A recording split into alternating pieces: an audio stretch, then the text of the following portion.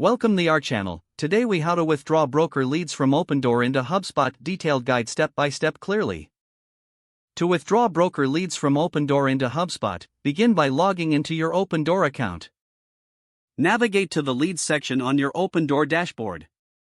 Identify the leads you want to export. Select the desired leads by clicking the checkboxes next to each entry.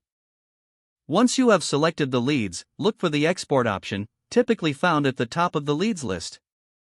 Click the Export button to initiate the download process.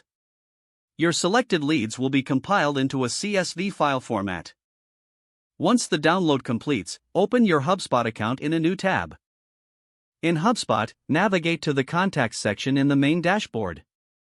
Look for the option to import contacts, usually located at the top right corner. Click on Import to start the import process. Select the File Upload option and choose the CSV file you just downloaded from OpenDoor. Follow the prompts to map the fields from your CSV file to the appropriate HubSpot properties.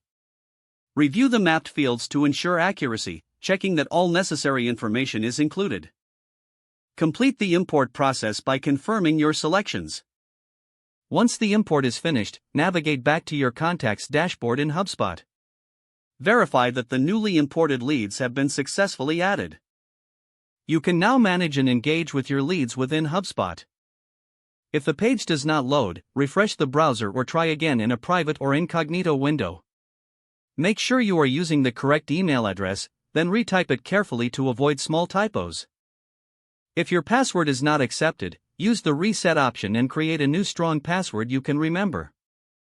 Check your spam folder for verification or security emails, then complete any requested confirmation steps.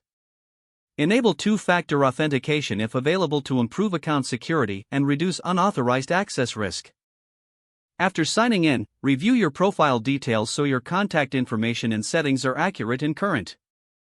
If you see an error message, note it down and try again after restarting your device and internet connection. Log out when you finish, especially on shared devices, to keep your account and payment information secure. If the page does not load, refresh the browser or try again in a private or incognito window.